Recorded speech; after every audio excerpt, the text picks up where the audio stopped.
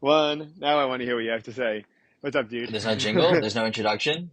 No, no jingle, no introduction. I mean, I think I have to figure out soon. Maybe I'll just come up with like a little guitar strum, and Yeah, there you go. and I'll just put that into the front of every clip. But I haven't done that yet. I've just been just dropping right into right into the conversations. Um, but yeah, dude, I really appreciate you deciding on 5 minutes notice to record this with me. That was really great. Any more friends like you?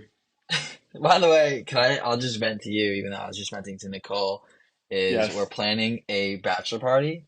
And don't tell me that, I mean, I'm assuming this is a similar thing that's what's happening with mine, but it's like 17 guys in the group, and there's nobody that is doing anything except for like, I went through, I found a bunch of Airbnb options, I made a wish list, I sent it to the people, like I said my favorites. Some people voted on it, but then they're like, what's the deal with people who look at stuff and then they don't answer? Like, That's been me your entire bachelor party chat, all right. Well, if there's actually. people taking care of it, but like I sent a poll and I said like, who's coming? No, no, no. I would respond to that. I'm not responding to like stupid back and forth, like No. I shit literally that I have sent a nothing to do with. poll. There's 17 of us. I sent a poll saying who's coming and who's not Yeah, coming. Pretty simple. And I said if you have a whatever, like you can always send me a message and tell me something different. But yeah. there are two or three guys who saw it and like didn't answer the poll. It's like, bro, just say yes or no. And then I said specifically, I go, if by the end of today, this was like before Yom Kippur, but I was like, by the end of today, if you didn't answer the poll, I'm kicking you out of the group. Really? Did you? Yeah. No, and I got sidetracked because Empty this chat threats. is not my life. Empty threats. Okay, that's a good answer. But then I did Yeah, dude. text I mean, today and I said, there's some there's some people yeah, that just like for me, I was just like, I don't know who any of these guys are, and I have so much going on that I'm just not responding to like 90% of the chats. And then like one night, I was just, okay. Let me just like see what I can do. And yeah, I pitched a bunch of ideas and went back and forth and talked about logistics back and forth, and that was it, But yeah, and then it and goes that was. nowhere. It's like, yeah, we find a bunch of Airbnbs. We're like, all right, these look good, and then 3 months go by. Has anyone spoken to you about the different options? No, I've only been talking more with Yosef, and I told Ari that he should just figure out kind of when works for him and Eitan and you and Yosef and whatever, and then like the guys Yeah, that are but they're more planning it. important. Yeah, Well, yeah, I'm not picking one person over another, but like the guys that are gonna plan it and my brothers are the people that I care more to go, and like I want everyone to be able to go, but like I yeah, can at least need my brothers there. yeah, definitely.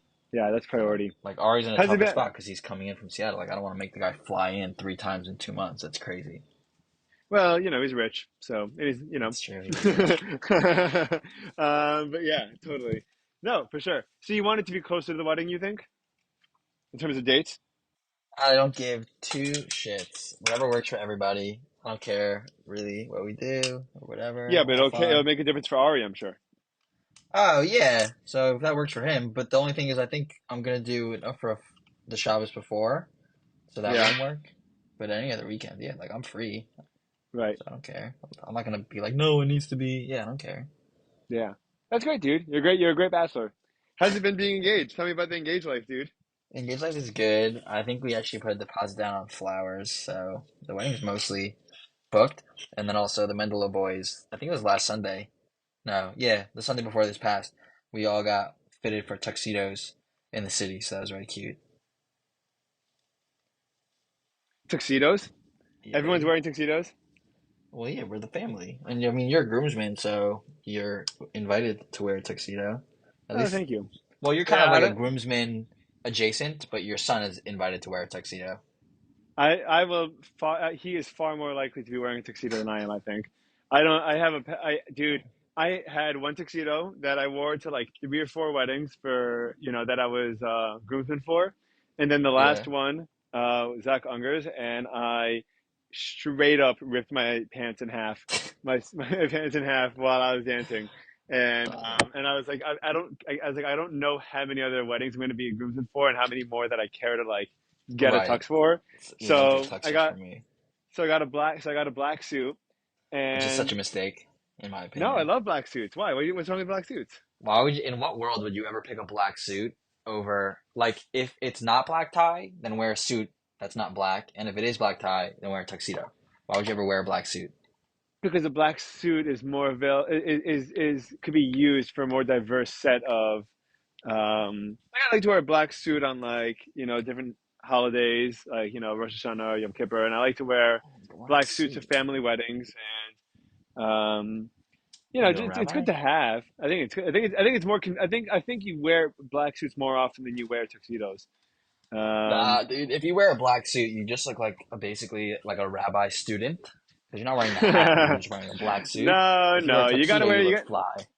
Well, yeah, but I mean, it's got to be a suit that fits, right? So you got to look good anyway. Like, assuming you take care of yourself and like All right, you're that's like true. dressing regular. Plus, I only wear sneakers nowadays.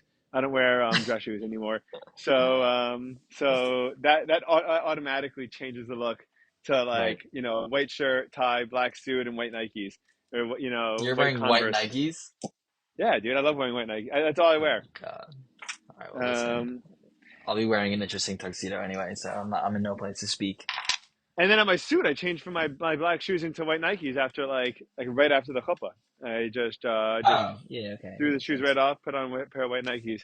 But yeah, so then right after my wedding, I lost my suit immediately. I have no idea to this day where it is. The black Not that it suit was you a lost. Oh yeah, the no, black suit that I wore oh, to my wedding. I wore a black suit to my wedding, and gotcha. I literally like, I wore it to my wedding, and I haven't seen it again since then. I have no idea where it is till today. It's probably at some dry cleaner that like I don't I remember know where where it it is, is. but where is it? Well, you guys got a tuxedo to a hotel after the wedding, so if I have to guess, you left the suit in the tuxedo. You mean the student in the hotel suite? I mean the tuxedo. I mean, yeah, what did I say? The limo. Sorry, too many words. Oh no, I didn't leave it in the limo. Are you crazy? I'm I was, insinuating that dude. I was you're. so. I'm aware of your insinuation.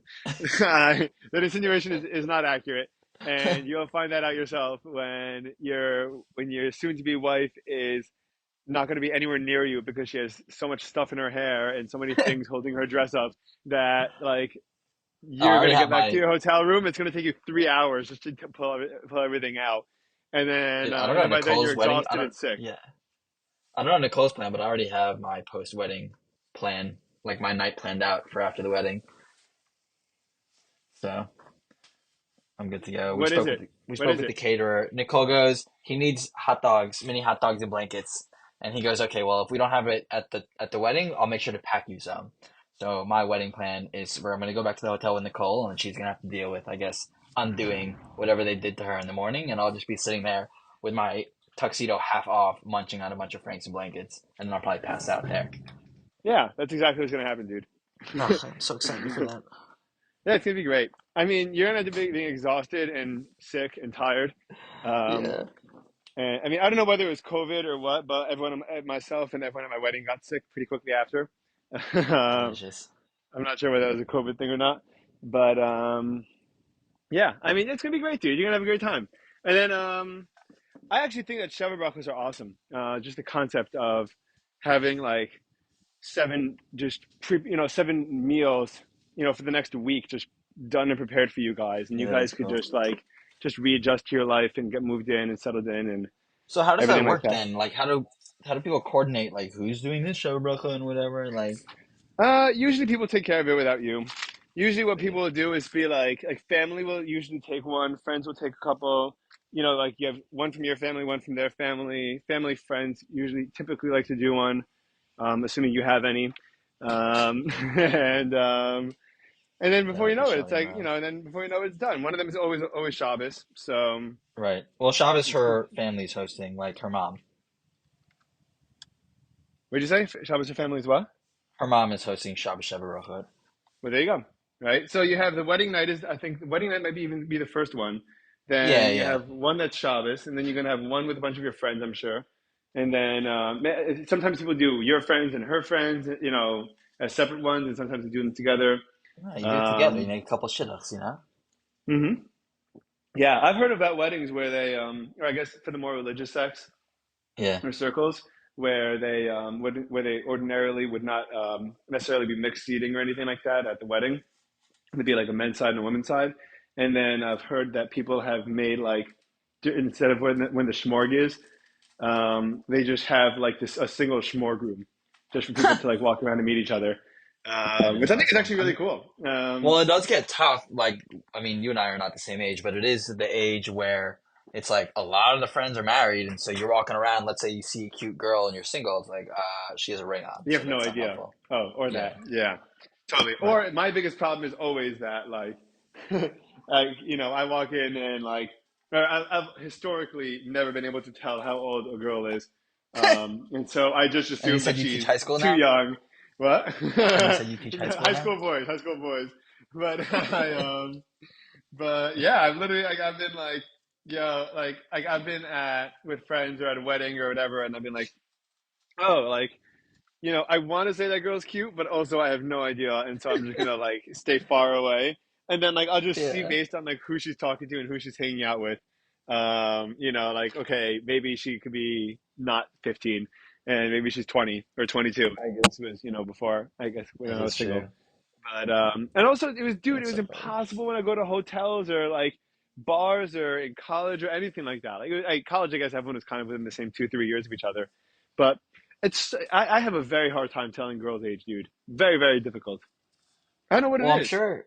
Well, yeah. Well, I mean, girls in general, right? They mature earlier than guys, and then also if you add makeup on top of that, like you'll get some guys look old and some guys look really young.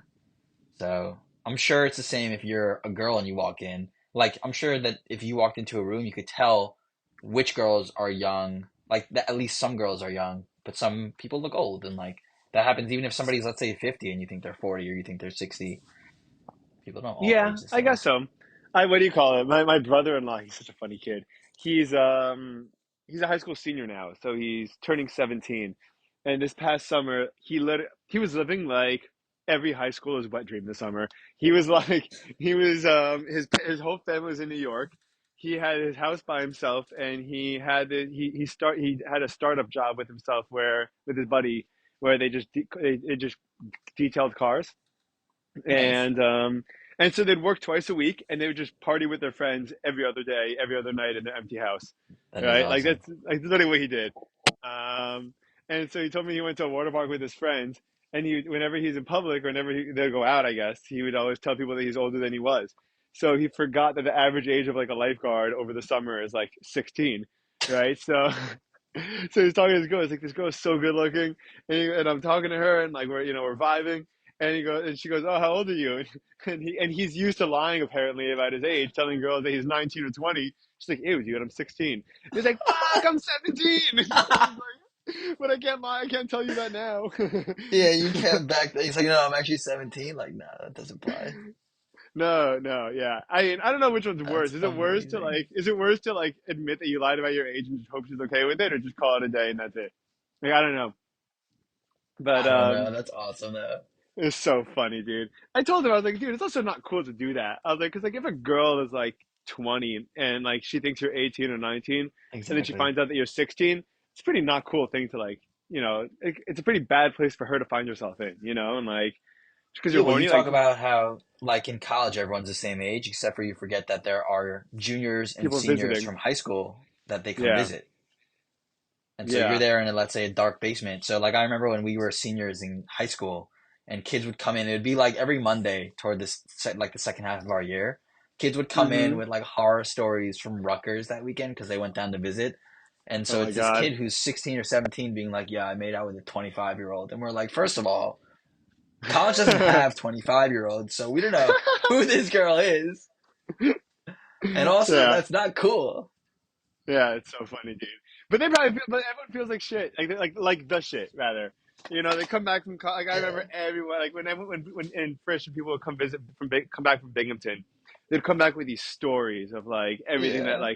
and everyone's like like what kind of magical like universe did you travel to But the reality that was that like they were vomiting in some toilet of like a off-campus housing that all was weekend. literally And my like, first time visiting. That was literally my first time visiting Binghamton, dude. I was what do you call it? I was visiting Zach and I obviously must have overdrank. And I'm sitting there, and he's in the dorms at this point. He has one roommate in one room, and I'm sleeping on an air mattress on the floor. And I get back, and I puke in the bathroom. In Binghamton, the bathrooms in the dorms are there's like four or five bathrooms just in the hall for the whole floor.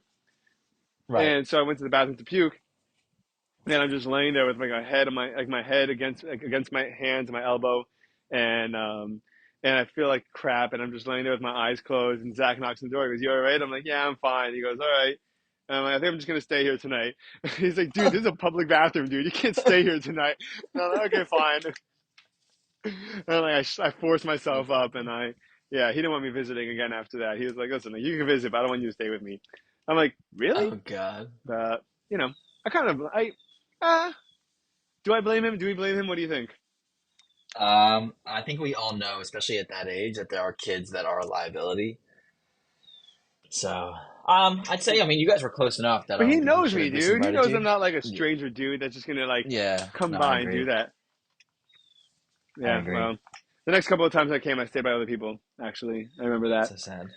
Yeah, he's gonna listen to this, I hope, and he's gonna feel guilty, or he's gonna get defensive and then like text me, "Yo, so what are you talking about? You wouldn't want, you wouldn't let me stay by you either if you did that." And I'm like, "Yeah, but still."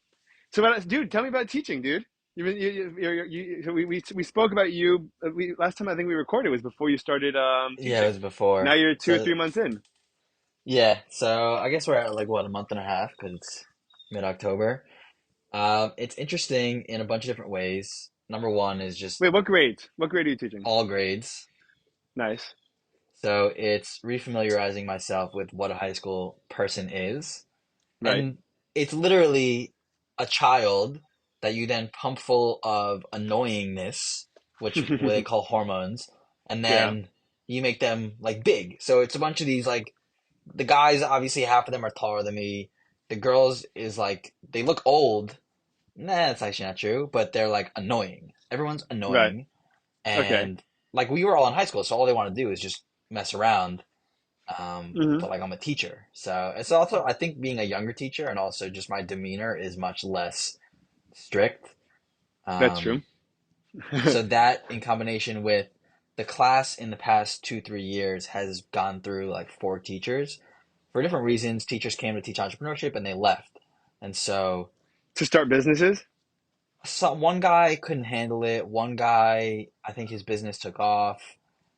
Then they had a Tanakh teacher take over, and A that she was Tanakh obviously teacher not came a over teaching well, she was entrepreneurship. like an existing Frisch Tanakh teacher, and she just took over the class for like the last third of the year. But like Okay. obviously that wasn't a long term fix, and the kids didn't really take to her. If she hears this podcast, I'm Sorry. sorry. That's just what they told me. Yeah. um, so the class has kind of built a reputation of being a joke class, and I'm trying to build it back up from that and get like weed out the kids who don't belong.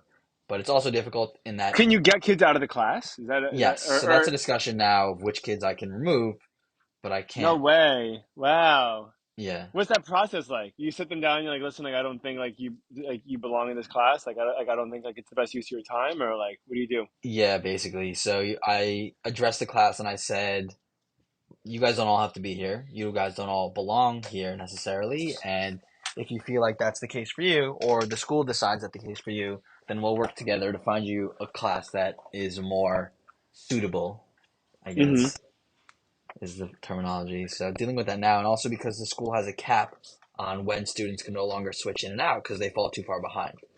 Right. So Which is it's reasonable, tough. I guess. Yeah, where I'm like, I'm just kind of getting my feet in teaching. And so some of the kids, you can get a sense where they can sniff the newness on me. And so um, they act worse because of that. But I can tell that they can be brought like basically back to being a good student. And some kids you can tell don't belong in the class and ruin it for everybody else. And I've even had students complain like, why are they here? They clearly don't want to be an entrepreneur. They clearly don't want to be here. And like they're just That's disruptive. interesting. Yeah. Huh. Um, so I'd love to build it into a legitimate group of just passionate kids where we can talk about entrepreneurship and I can teach them what I learn and what I know. And I'm going through a book now, which is a little bit, I What book? think, boring for them. It's an entrepreneurship book that the school gave me. Unknowingly, they gave me the book like 3, 4 weeks into the year when I'm like, this class is not working out so well. So I'm working through the book, but I'm trying to still figure out. I don't want to just lecture every class. I want it to be hands on. But another issue with that is that I teach an elective, all the electives teach at the same time because that's obviously how it works so the kids can have options and it doesn't interfere with the other classes. So the issue Right. with that is that I teach at the same time as product design, at the same time as engineering, and like there's a wood shop for that and all this stuff. So I don't actually get access during my class time to all the facilities that I was so excited about in taking the job.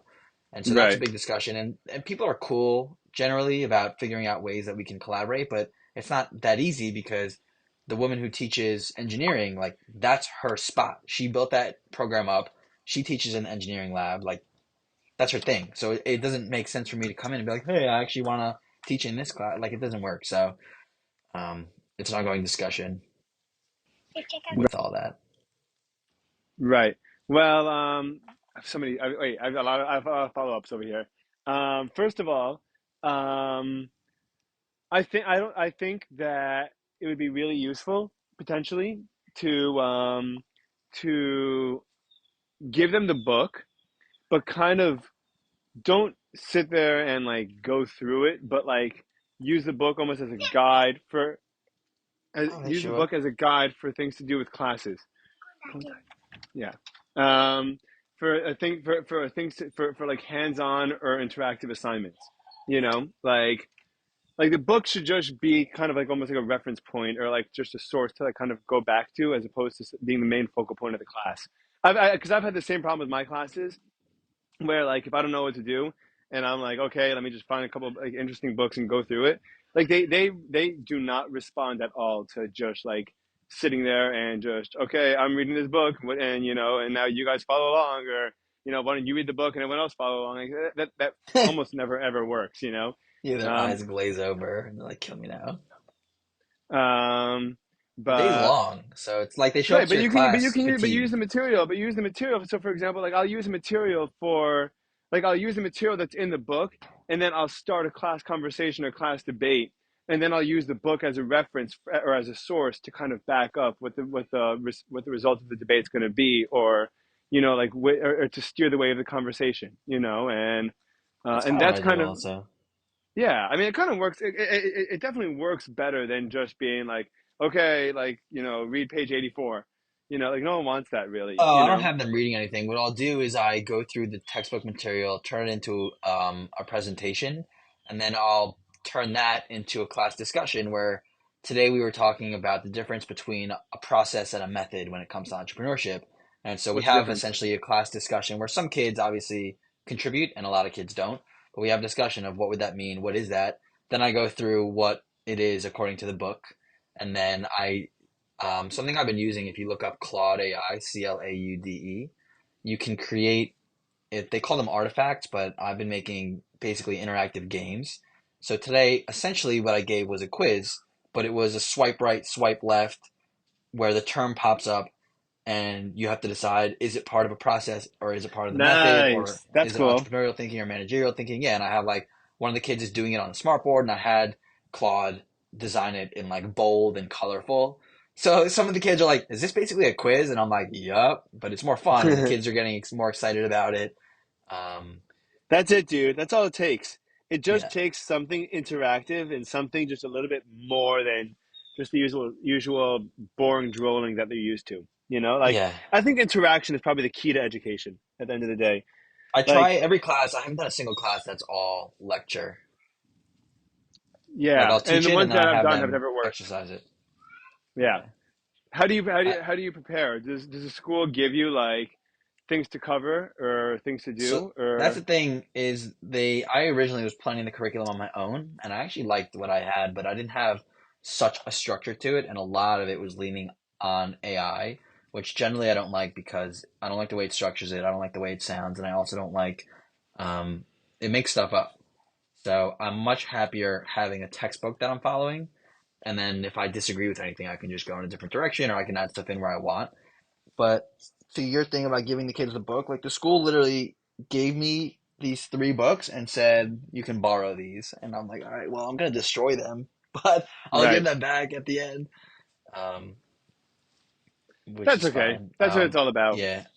Another one we did that was cool. I guess what was today, Monday. So last week we went over different types of entrepreneurship. So there's corporate entrepreneurship, which a lot of people don't know about, where you join kind of like a think tank team within a bigger company, and their job is to come up with new ideas and new like For the products company for that the already company. exists.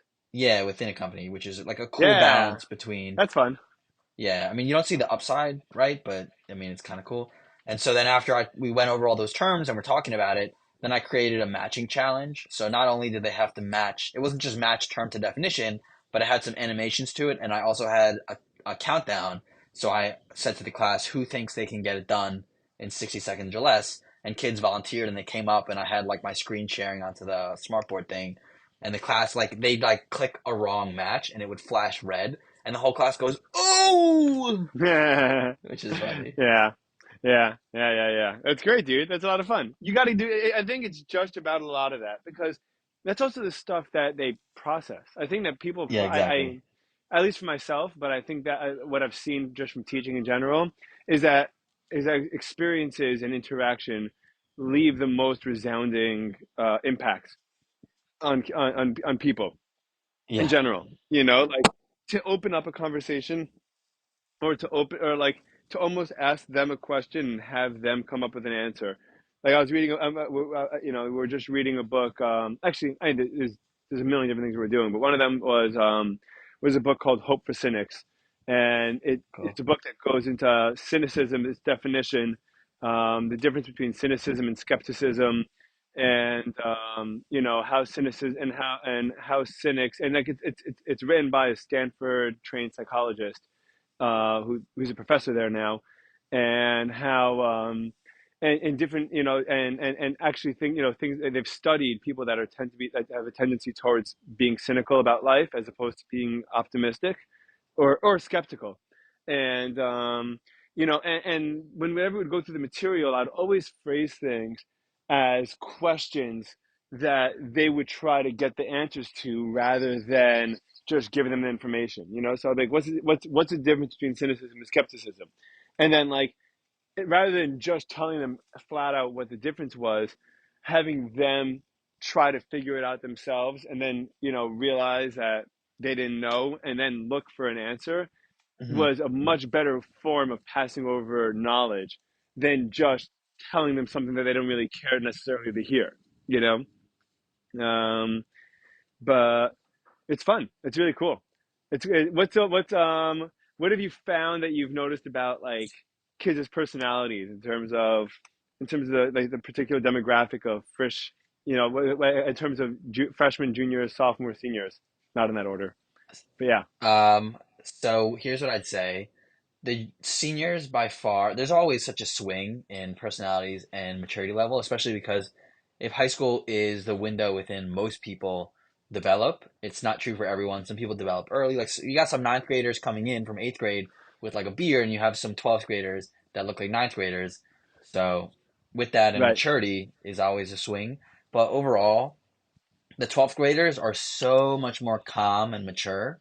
Granted, they're half checked out and half stressed about college applications. That's like the class is not really a concern for them and like joking around. I mean, it could just be the group of people that I have. Um, my freshmen have come in. Some of them are jokesters, them more than anyone, like their children, but they also come into high school where high school is kind of the big leagues from middle school. So Right. they're pretty good. I like my ninth graders a lot. A lot. They're just like, because they're kids, so like they're cute, and they're much more serious and they're much more But do you find teachable. that are they relatable to you? Do you find that they're relatable? In what way?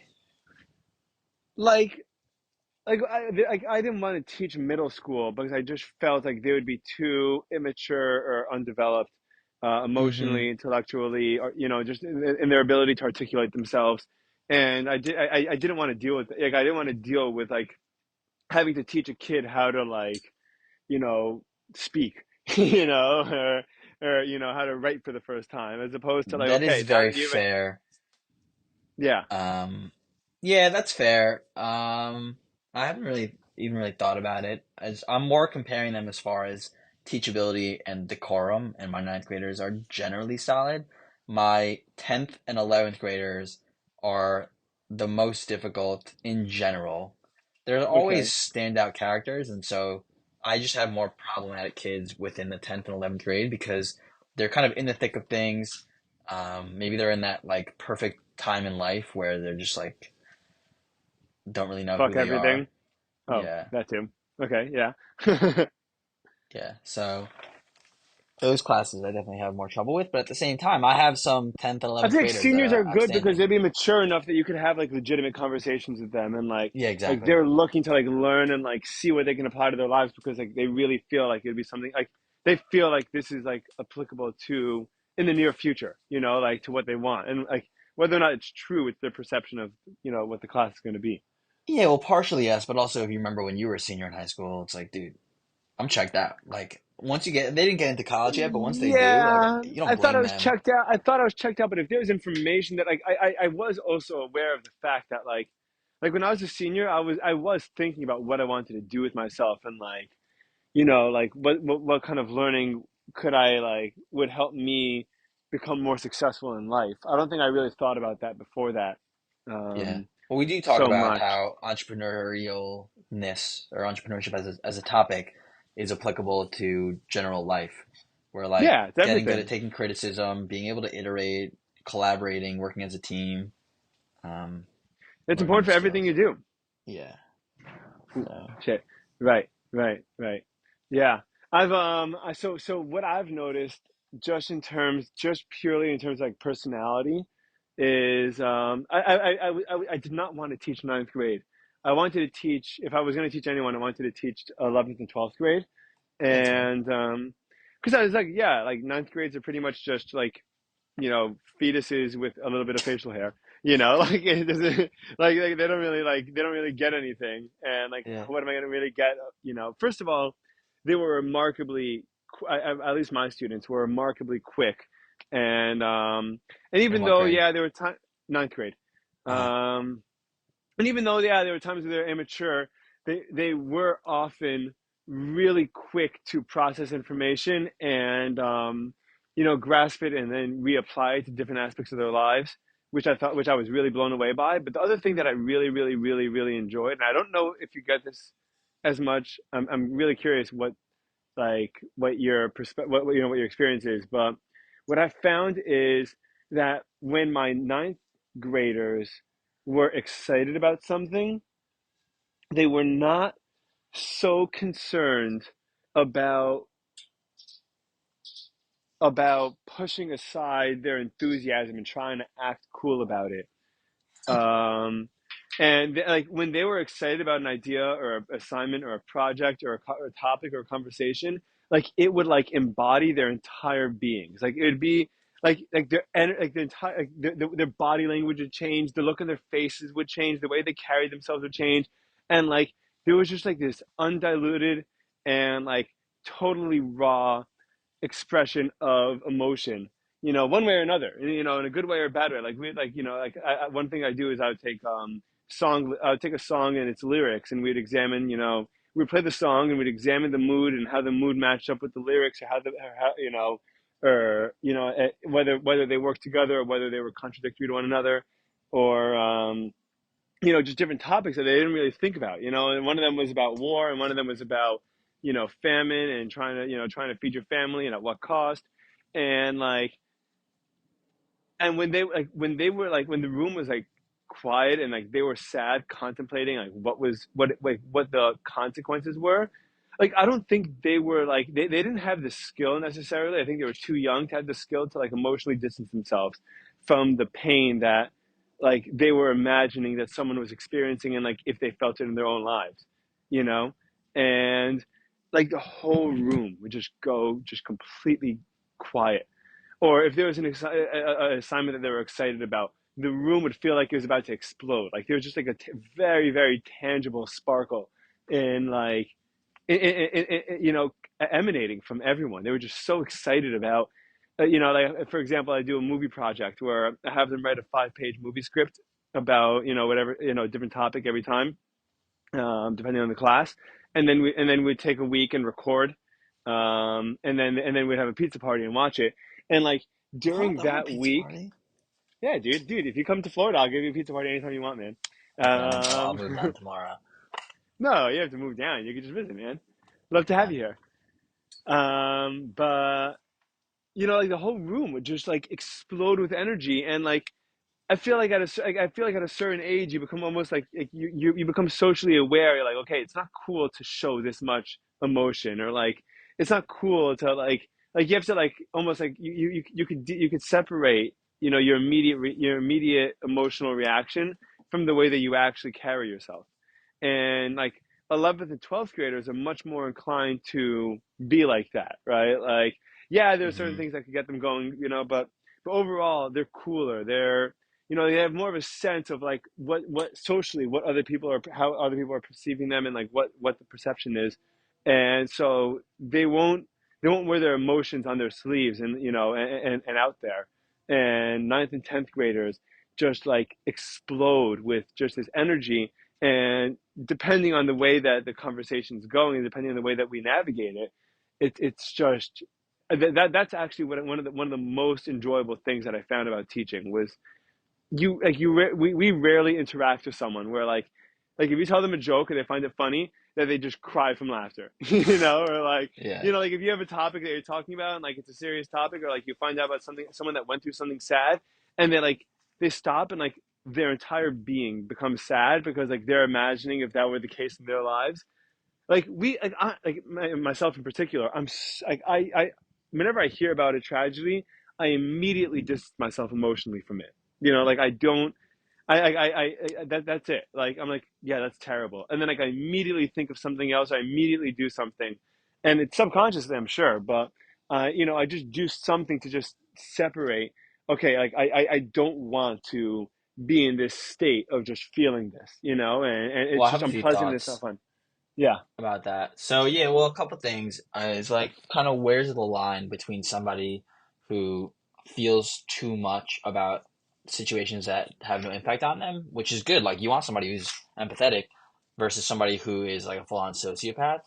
But then also, and it's in one of the Dave Chappelle specials where he's like, yeah, it used to be like for our parents, you get the news maybe once a day, a tragedy strikes, like you're only really focused on your town, and then maybe you get like, nationwide news sometimes, but you only have yeah, a tragedy happen in your town like maybe a couple times a year, or hopefully right. like, Because it's local news.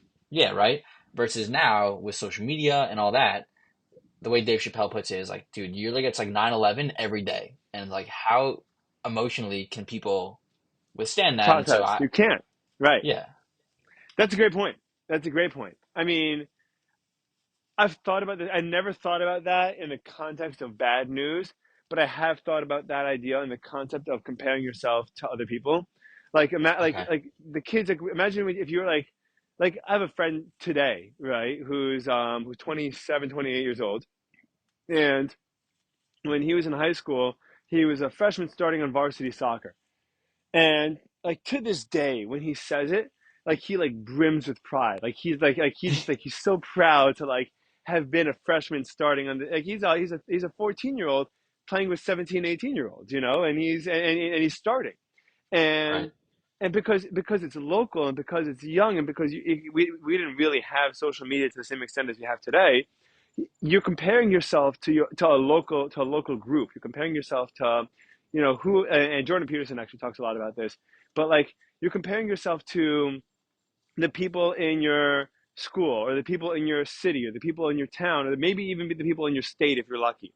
Now it's right, global. Now if you're a good basketball player, you will find someone in China or in Russia or in, you know, or one of the Slavia countries, or you know, or Europe, or even somewhere else in the States. And you're like, okay, I live in Miami, in South Florida. I'm the best basketball player in South Florida, but like all the highlight reels you're seeing are from people from California and Chicago, and like, and the pool became so much bigger that it's impossible. Like you don't, you're not one in a couple of hundred or a couple of thousand. You're one in millions and billions. And so it's much yeah. harder to feel really good about yourself, you know, in kind of any endeavor as you're growing up, because social media, like, or because the internet is so global and is so uniform that that you're comparing yourself to billions of people as opposed to a couple of hundred people, and the So difference that, that it makes in your self confidence is enormous. yeah, exactly. So that's a question both for kids and for parents where, how do you, as a child, still believe like when you're a kid, you think you're so special, and then you grow up and you're like, okay, I'm not. But it's so important to feel like you are so special when you're a kid. And I also take issue. I've had friends whose parents made them feel not special, and it's like your whole job as a parent is to make your kid feel like they're like you don't want them to be a narcissist, but you make them feel like they're special and that they can accomplish anything. Yeah, you And need so as a confidence. kid, right? So as a kid, how do you still have that in today's age? And then also as a parent, where maybe in the past you're comparing your kid and you're proud of your kid for starting, let's say, on varsity soccer as a freshman, but now you're comparing your kid to every other kid on the internet. And how do you keep that? I don't know if that's an issue that you see, but I wonder if you think overall people have it where it's like you might not think your kid's so special because you just saw on the internet some 2-year-old playing, some crazy Mozart piece, and your kid's just learning, whatever it's called. I think that that problem is actually going to be a lot more prevalent in the next 10 years than the previous 10 years, because I think that the last 10 years, that generation of like your dad, I don't know about you in particular, but your parents, at least my parents, are not scrolling at all ever. My dad might go on Facebook every now and then, and like my dad, it's so funny. My dad just discovered that video. Remember that, I forget, Key and Peele, maybe that video of the teacher that was mispronouncing everyone's name, Yeah, of course. Aaron and whatever. And like he just Yeah, sent it to me like 2 months ago, and he thought it was the funniest thing of all time. I'm like, oh, you're literally over a decade late on this. Like it's awesome. you're, Yeah. you're in this video. Like look when the video came out, and so like so I don't think that he necessarily. So for the last 5-10 years, a lot of parents haven't necessarily adapted to social media, to that world of social media, per se. But in the next 10 years, when people that 10 years ago were 15 are now 25, or people that 10 years ago that were 20 are now Oh, I see what 30, you're and they're saying. having families, they're going to be the ones that are going to be comparing their kids to, oh yeah, no big deal, like I just saw, you made you scored 20 points in a game, and that's really cool. But I saw a kid, on Instagram or on Twitter, on TikTok, that he scored 60. So, Well, I think fuck you have to you, be a shitty 5 year old. parent for that because as an adult, you know your kid's not the most special, but probably you believe because they're yours, and also you make them believe Yeah, because that's what being a that good too. parent By the is. way, that too. A lot of parenting is living vicariously through your kids. Um, Yeah. do you ever hear the song? I'm sure you've heard it. Actually, I know you've heard it because you've watched Guardians of the Galaxy. But there's a song called "Father and Son" by Cat Stevens, and it's one of my favorite songs. And it's about a conversation between a father and a son, obviously. But the song goes back and forth, verse by verse, on the father and son's perspective, like with each other. The father's trying to give the son advice because the son is like young and he's all excited about all the potential of life.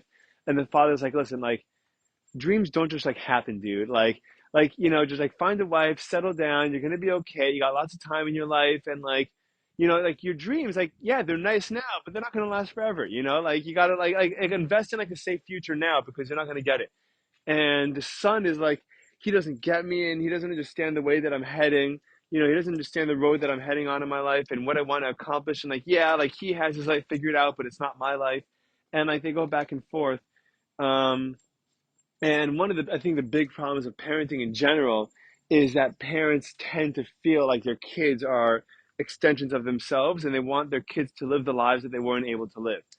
And like I think I've talked to you. I'm sure I've talked to you about this, but like I'm very conscious. Like I don't want to force Shua to do anything, or any of my future kids to like do things that they don't want, that I'm encouraging them to do because I wasn't able to do it myself. Like I don't want to live vicariously through my kids and push them into a life that isn't necessarily reflective of who they are and what they really want to accomplish. And a lot of kids, and I certainly feel this way, you want to impress your parents. You want your parents to be proud of you, and you want them to be happy. So like when a parent sets this line of like, oh yeah, in order to be successful, you have to make partner at X, Y, and Z company. Or in order to be successful, you have to make X, Y, and Z amount of dollars, or have X, Y, and Z amount of kids. And you're like, well, that's nice for you, but like that's not really what I want. But I also want your approval, and I also want you just to like, I want you to be proud of me and like the life that I've lived. And and it's a hard balance for both the parent and the kid. Like you need both parties to be aware of what it is they're trying to accomplish. And like so for me, I'm like, I don't like, yeah, I love music, and Shua has enormous hands for a 1.5-year-old. I don't even know where it came from, but his hands are huge. I'm like, dude, he'd be such a good guitar or piano or anything player, like, Right. like I wanted to play guitar. I'm like, what if he doesn't like guitar? I'm not gonna. It's not fair of me to force him to do that. And it's not fair for me to create that thing where my love for him is conditional based on, or like the way that I express approval is conditional based on the way that he plays guitar. Like I'm not, it's not fair to do that to another human being. It's so it's really hard. It's really really complicated. I don't know what I the think answer the is. the right answer is that if you have ways, let's say your parents did something you didn't like, then you consciously don't do that. If your parents did things you did like, then you do that. But also, if you have areas that you're passionate in, it's not that you're forcing your kid to do it, but you can share it with them, and then it's their decision whether or not to accept it. And a lot of Right.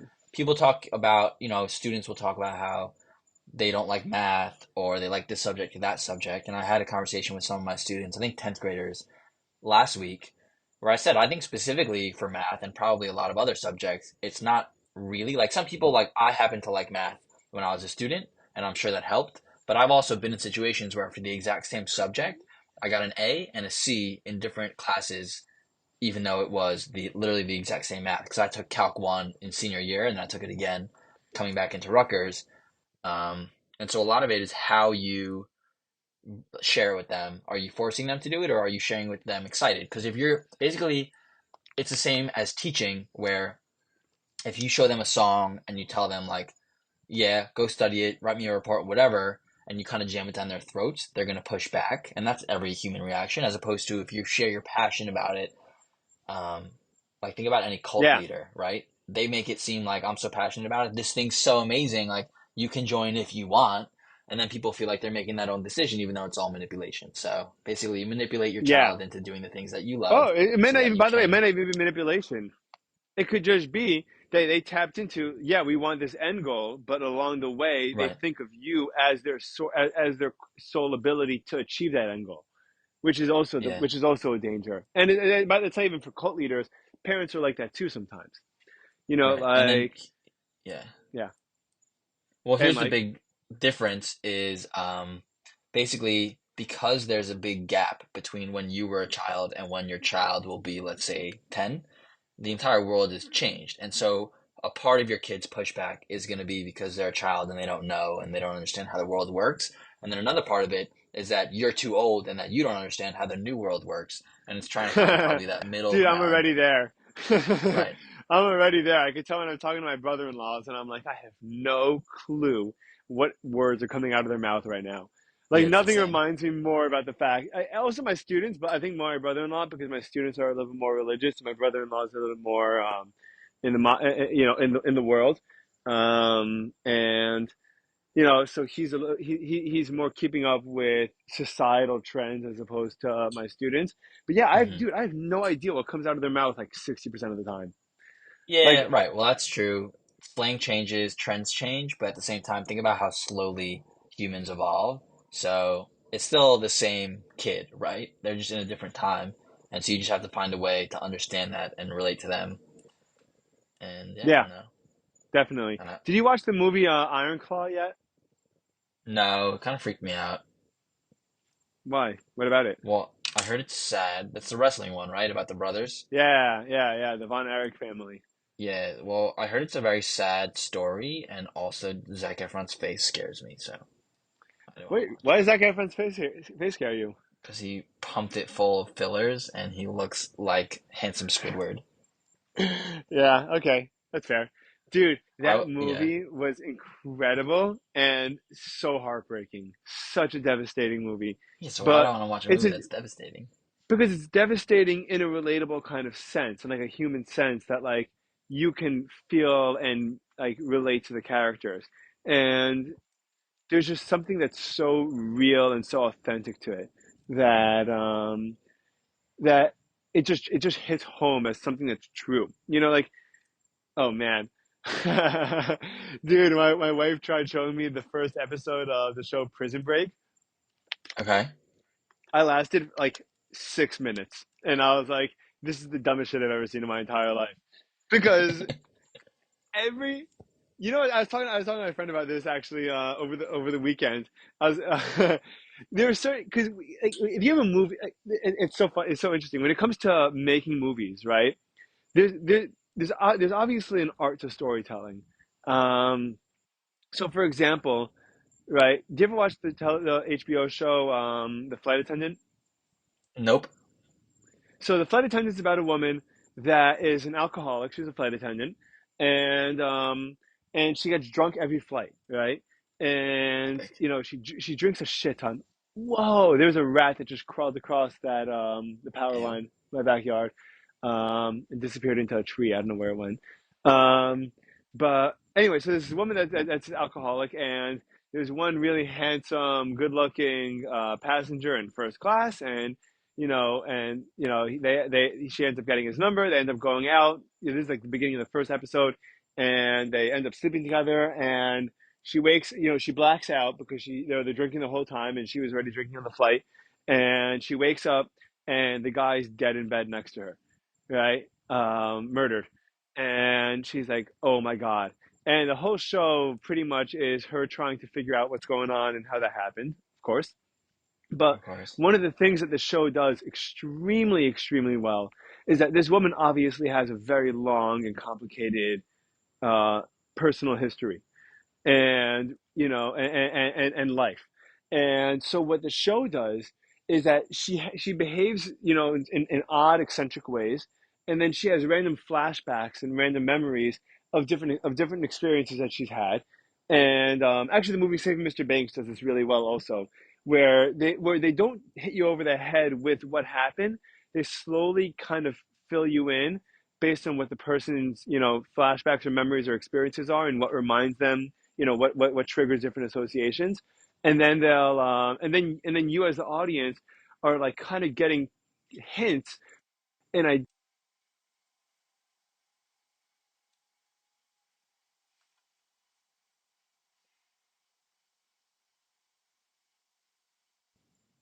and then they sorry about that, I got a phone call and it restarted the episode. Can you hear me? On my end, it's still counting. Yeah. What's your end say? 52-17, Nice. 52-18. Mine says 14 seconds. Okay. So, so anyway, so the point is that that there's a way of telling a narrative and a history and and leaving it to the audience to figure out organically. And then you have the really shitty way of doing it, which is like if you have like a best friend that's talking to a character, like let's say it's me and you, and like the audience is dropped into a conversation and like in the middle of their lives and something happens and now they're like trying to figure out what to do about it. And I'm like, "Oh, you and I have been friends for 5 years and 3 months. We've gone to North Carolina together, and then that's when we really became very close over COVID. And you and I have spent time together in this cabin, and then you told me one time that you wanted to do this." And I'm like, "What the fuck? No one actually talks like that, right? It's a real it's a necessity because you need the audience to understand where the characters are coming from, but it's done in a really cheap and stupid way.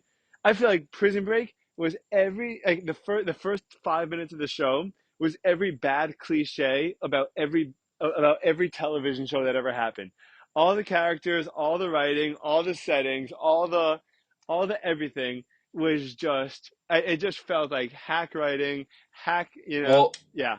I don't know if Prison Break is that old of a show that it gets a pass, but if you like cliches come from somewhere, right? So if you watch something from way back and you're like, oh, so cliche, it's like, well, yeah, where do you think it started? Yeah, totally. So, but imagine a superhero movie, right? Like you have a superhero movie where you have a villain that inevitably captures a good guy. And then you're like, "What do you want to do with me?" It's like, "When I was 4, my father Yeah. beat me." And I'm like, I don't get like who talks like that? Who like if you're really a psychopath, you want to just kill the person and move on with your life. Like that's the end of it. Nah, dude, everybody wants the monologue. No, dude, I hate them. I hate the monologue.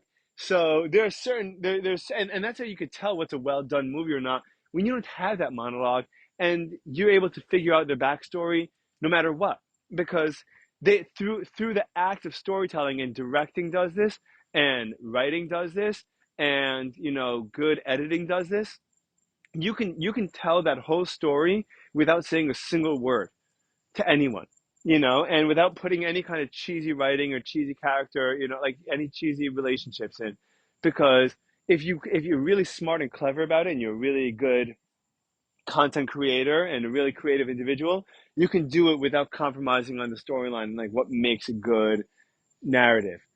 Um, Well, I think that ties into also being a good teacher, where the whole thing with movies and with teaching is show, don't tell, right? So, how do you essentially have the audience come to that conclusion without spelling it out? And how do you have students come to a certain conclusion in education without having to spell it out for them? Right. Totally. Totally. And you gotta find the delicate balance. And I do it better sometimes than others for sure. But there are certain times where I feel like I nailed it, and there are certain times where I go like, and I'll actually say to the class, like there'll be classes where like no one's paying attention. I don't have anyone's attention. Like I don't have control over the room whatsoever, and not like control over the Yeah, room in terms of like what everyone's doing, but but they're checked behaving, out. but they're checked out. And then I'll say to them, like, guys, like, and I'll get frustrated. And I'll say, guys, it's really not your fault. Like, I am not prepared, and if I did my job better, then I know that you guys would be more engaged. And so I'm sorry for letting you guys down, but like, it's been, like I say, a long day or a long week. Like all my students know that I don't teach full time, and that I only do, that I have a lot of other Right. things going on. So I'm like, I didn't have the time to do this as well as I would have liked to. Please, if you can give me a shot, but like, I really want to get, I think this is really important. I would like to get through this material, and like, sometimes it works, sometimes it doesn't. But yeah, I mean, being a good, I was talking to a friend of mine who was a high school principal for like 15 years. And he's like, the key to being a great teacher is just preparation. He goes, Yeah, you it's should be true. preparing. I don't remember what he said, and I'm almost afraid to ask him again because I don't want to know the answer. Either the same amount of Yeah, hours that you're teaching in a week, or twice the amount of hours. So if you're teaching 10 hours a week, you should have 20 hours prepped, but you should have at least have 10 hours prepped of the 10 hours that you're teaching. I don't do any of that. What I do is I try to learn a lot, and then see what it is, see if anything I'm learning would be applicable or relevant or interesting to students, and then I'll take what I learn myself and teach them what I'm interested in, and like hopefully what I'm actually interested in is something that they're going to be, that's going to be, it's going to be exciting for them too. Like we're going into mafia stuff now in one class, and um, I want to go into cults. I'm a little afraid to, um, but I want to go into cults. I'm listening right now. There's a great podcast called the Martyr Made podcast. This guy Daryl Cooper, who's the freaking man, amazing, and he won't do any podcast unless he has, unless he's able to understand where everyone in this. He's a historian, um, and the history podcast. But there's like, interesting things like the Israel-Palestine conflict, or the Johnston cult, with Jim Jones, and like mass suicide, where like over 900 people all committed suicide, or killed one yeah. another, um, and like and I'm in the last episode. The last episode is 8 hours, and it's probably 30-35 hours total of that podcast, and he just he puts everything into context, where he's like, yeah, these were bad guys, but like, let's explain how they got where they got. Let's explain like why what happened, and like how the world around them allowed it to happen. Like if you were to just tell Right. anyone that, like if you were just to drop into any kind of class and be like, there was a former president who, who was very divisive, but in his last, in his second, in his third time running, there was three attempted assassinations on him. The class, and you said this in 100 years, the class would be like, what? No, impossible. What are you talking about? That's got to be crazy. That couldn't, like, I don't get that. That doesn't make any sense, but like, but then you spend the rest of the time explaining the context as to like who Donald Trump is, and like what he means to this country, and to the establishment, and to Democrats, and Republicans, and you take the time to really explain how a world would exist, that he exists, and that people would respond so vehemently to him, and then everyone's like, oh, I kind of get, I'm not saying it's right, but I understand the circumstance that this came up, that this would happen. this guy does an incredible job at explaining everyone's background for everything. It's really, Nice. really, really cool. And it's heavy. He doesn't. He probably has maybe a dozen or a half dozen topics, because he goes so in depth into everything that like it takes him a year or two to cover each historical event, right? So his first one, for example, on Israel Palestine was, which I didn't even know was even an event in, like I didn't even know this was even a conversation or anything to like be historically aware of, from 1910 to 1948.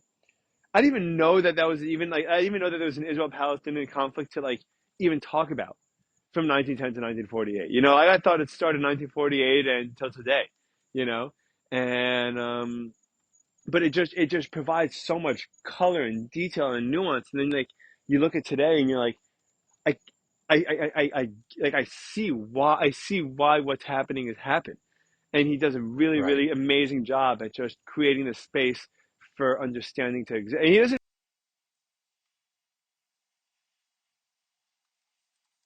Cut out again, buddy.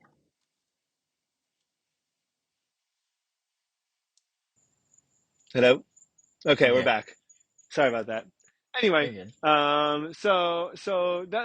so my point is that also, so aside from being, like teaching, I think context is also important, and I think we lose a lot of that as time goes on. Like like we know that history belongs to the people that win, but like there's Right. also always just so many different perspectives that just kind of disappear into the background and into just like gone forever. And like you have to really look for it if you're ever going to find it again, you know? Yeah. But yeah, that's that's just a long version of what I think. So, dude, do you have a preference for your bachelor party, whether you want to go somewhere warm or somewhere cold? Because I brought up the idea of going to like going up north for like a cabin, or going down south for, to like, somewhere south that with better weather. And there was a big argument in the group as to what O would like more or not. And then I asked Aton, because we were like, if we go north, like, not everyone necessarily skis. And then I Right. was like, well, if you don't ski, you're more than welcome to sit in a hot tub and smoke weed with me for 72 hours. It's also, yeah, And it's like one day. Like, I don't know how long you guys plan on going away for, but like, I'm sure it's not I mean, I that imagine much. it'd be Thursday. It's usually Thursday night to Sunday night, or maybe Thursday night to Monday if it's a holiday weekend. So Right. that's 2, 3 nights. And then I asked Eitan, I was like, "Is there any, as a doctor, what, am I at immediate risk of anything if I sit in a hot tub for 72 hours straight smoking weed?" And he was like, "Well, you might turn into a prune, but other than that, I don't Yeah. think there's any real issue." So, That's awesome. do you have a I think, yeah, you preference? might get dehydrated. No, I don't have a preference. I think, well, it's probably a wash, honestly. The price between, let's say, a ticket down to Florida versus lift tickets for everybody who's in the New York area. Um, Yeah, but not everyone's getting lift tickets. I'm not buying lift exactly. tickets. Right. Not everyone's getting lift tickets. Do I have a preference? Honestly, no. Both sound fun. Like a ski chill is always a sick time. You run the risk of having horrible conditions, but we'll still have fun. If it's somewhere warm, I guess you run the risk of it raining or whatever, especially since it's going to be winter. But I mean, Florida in the winter is beautiful. But Yeah, I dude. wouldn't. It's tough because I don't want to ask anybody to spend a lot of money, but at the same time, Well, right. for at So least, so what I was doing was I was kind of yeah, breaking down different options based on based on overall affordability. Like aside, like for example, like it's actually super cheap to go to Vegas, right? But I'll go to Vegas. it's really cheap to go to Vegas, but once you're in Vegas, things are expensive. So Hmm. like that's a different story. If you went to Nashville, right, then it's cheap to fly there, and everything there is cheap also. So like so you're not really requiring that people spend an enormous amount of money, because it's cheap to travel, and the cost of anything in that area is also pretty low. But Right. um, so we're kind of going back and forth between that, but you don't care. I don't care. Yeah, both of those sound awesome to me. I only right, so like I don't want people to spend a lot of money, but every Rutgers bachelor party, times we went to Atlantic City, but outside of that, every other bachelor party we've just gone to the Poconos, and so I don't feel bad to say like it doesn't have to be for me, but I've been asking every time like, could we please do something fun? And like we're already spending $500 to $700 to $800 just to go to the Poconos. Like I'd rather spend twice as much and do something sick. But that's my opinion. I can't make that call for anybody else, but I do think Well, we'd you have a lot of could fun. because whoever's there is entitled to say, "Listen, like I just don't want to do it," and then have to do it. Right? Yeah, that's true. Like But we're and all also I adults. Yeah. think well, generally the way we've done it is like we've just gotten like an Airbnb in the Poconos, and then the bachelor doesn't pay. But if we like, I know my cousin went to like Cancun, and I think because of who his friends were, that like he did most of the planning, but he also paid equally to go. So it's like obviously if we did something sick, I wouldn't expect to go for free. Like I don't care to pay. I think doing something cool would Dude, be you fun. broke it up. Hello? I broke up. Yeah, you said your cousin went to Cancun. Oh, it's cutting out. I bet you're talking about Gabe Rab, right? I can't say which Rab. Okay. And then my Can you hear cousin me? Rab, yeah, cousin Rab. And then you went to Cancun and he ended up paying. Well, I don't think paying is that big of a Well, deal, so yeah, dude. like I he mean, paid equally. you're going Where on a in the vacation with all your what'd you say? friends. Like you're going on a vacation with all your friends. You could, I mean, like I think most people are happy to pay a couple $1,000s to like go on a big weekend before they get married. Like if you have to pay, you pay. If not, then like great. Oh But yeah, like, that's what I'm saying, right? We're like we've done in the past where we go to the Poconos and the guy who's a what's it called, who's a bachelor doesn't pay, but yeah, I think it cut out again. I'm here. I hear you. But no, like if we did something sick, I'm not expecting anything free. Is what I'm saying. Right. Well, yeah, but Yeah. you'd be willing to. But if you were flying somewhere and we went somewhere fun, like you'd be happy to pay. I'm sure, right? Yeah, that's that's what I keep saying, and I keep getting cut out where I keep saying I'm happy to pay. But Oh, you're only getting the okay. first part where I keep telling you it's always been free, and I'm trying to say it's always been free, but I don't I'm care. I'm happy to happy to pay. pay. Right. Right. Yes. Yeah. I try and Yeah. do something fun. Yeah. Did you But I don't care. yeah, Like also well, no pressure if we end up doing something local and chill. Yeah, I don't I care. don't think it doesn't sound like we will. The only scenario that I can imagine that's going to end up happening where we do something local and chill is that everyone just ends up being so um, inactive or not hands on that they're just like, well, and like we end up doing that. But I don't want that to be the case, like I mean, if I'm like for Yeah. me personally, like if it's anywhere but Florida, I'm flying anyway. So like if I'm flying to Nashville or New Orleans or Vegas or Maine or New York, like I'm flying anyway. Like I don't care where I'm flying to, Right. you know. So it's Right. just and I'm sure Ari feels the same way. Where like if he's flying, he's flying. Like yeah, I can't imagine how much more expensive it'll be going from Seattle to Austin than it would be from going from Seattle to New York. It's Like probably he's even not going to cheaper. do it. Yeah. Yeah, yeah. But I don't know. I don't know. How do you feel about getting married? Do you feel nervous? Do you feel excited, or what do you feel? I think a little bit of everything, but mostly excited. I think it's interesting because people talk about you don't want to have a long engagement. And my understanding, and I think what I've been told is you don't want to have a long engagement because it's stressful planning a wedding. But it's actually been relatively fine. Thankfully, so far, our families have been on the same page about everything, and that's been really nice. And so, what's more difficult about having a long engagement is that it's just this waiting period where, like, we want to live together, we want to move in together, we want to start a life. And now we're just like counting down the days, which is dope. And it's awesome to be in that position to be so excited to like build a home with somebody. Um, and I think also like let's say we like people plan the wedding before they even get engaged officially, and so it would have been the same excitement if we had like as soon as we had the hall booked, it was like oh shit, like it's like 8 9 months out. It's in such a long time.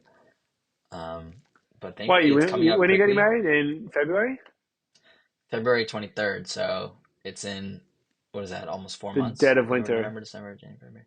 Yeah, it's in a little bit over 4 months. But like a second ago, it was 7 months away. So it's nice that it's counting down. Then after the Chagim, it'll be 3.5 months or whatever, or closer to Yeah, then you got 4. Thanksgiving, and then you got then you got winter break on your end at least, Yeah, and then you got exactly.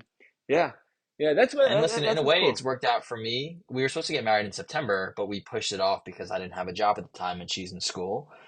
But it's worked out for me bumping it this year. Originally, I thought I would prefer to get married earlier, not because of, but it would be a perk that all the Chagim are 3-day Chagim. I mean, I could have been with her anyway, but I thought it would Yeah. be nicer to be with her if I have to. Are you guys spending them all together? No, so that's the thing is that it's turned out to be nice, which I love her family, but when I come and visit, I have to go to shul, right? So I straight up said to them where they're like, "Oh, do you want to come for Rosh Hashanah? What are your plans and whatever?" And I was like, "I would love to come. I love all you guys. I love the food. I love being there. I can't sit through 3 days of Rosh Hashanah shul. It's just not gonna happen." And so I mean, for many other reasons, but I was like, "No, I'm going to my mom's." Do they care? Do So they care whether you go or not? yeah, they do care, and I respect it and understand it, and I think that it makes sense. Like when I come visit, I go to shul. Like that's what you do. You sit with your father-in-law. If he's somebody who goes to shul, like you go to shul with them, and that's how it works.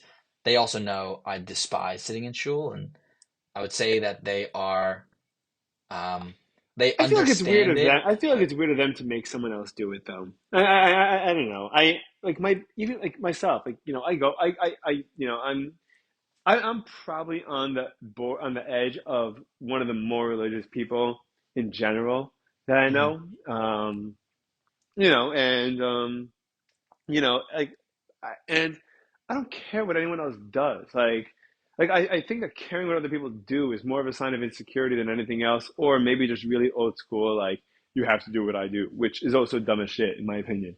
I But agree. Yeah, but like for example, my brother-in-law, I don't like he comes over all the time for the weekends and for for Chagim for holidays, and I don't wake him up in the morning. Like I don't make him go with me. If you, I asked him the night before. I was like, "Do you want to come?" And he goes, "If I'm up, I'll come." And I'm like, "Okay, great." And that's it. I'm like, "That's it." Like he's a person and he's entitled to his own opinion, and I'm a person, and I shouldn't be forcing my perspective on or my opinion on anyone else or my values on anyone else. And like, that's it. Like I'm personally not going to miss it. I'm personally going to do things differently than he's going to do, but I don't consider whether he does that or not an affront to who I am or my way of being. Like he's entitled to his own opinion.